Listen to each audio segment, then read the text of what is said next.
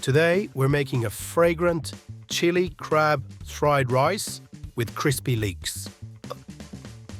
You'll need 3 leeks, oil for frying, garlic, ginger, sugar, soy sauce, fish sauce, and sriracha.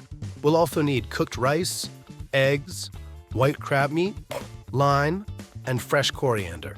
For this recipe, we'll use a large frying pan, a saucepan, a colander, a knife, chopping board, and a zester. This recipe comes together in about 30 minutes. Crispy leeks take 5 minutes, rice cooking takes 15, and final assembly just 10. Slice the leeks thinly and rinse well.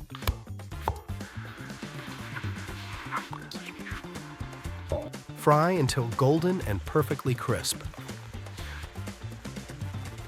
Soften the leeks, garlic, and ginger. Add the rice, then scramble the eggs directly into the pan. Fold in the crab meat and finish with fresh lime. Top with crispy leeks, coriander, and serve. Enjoy your meal, and I'll see you in the next episode.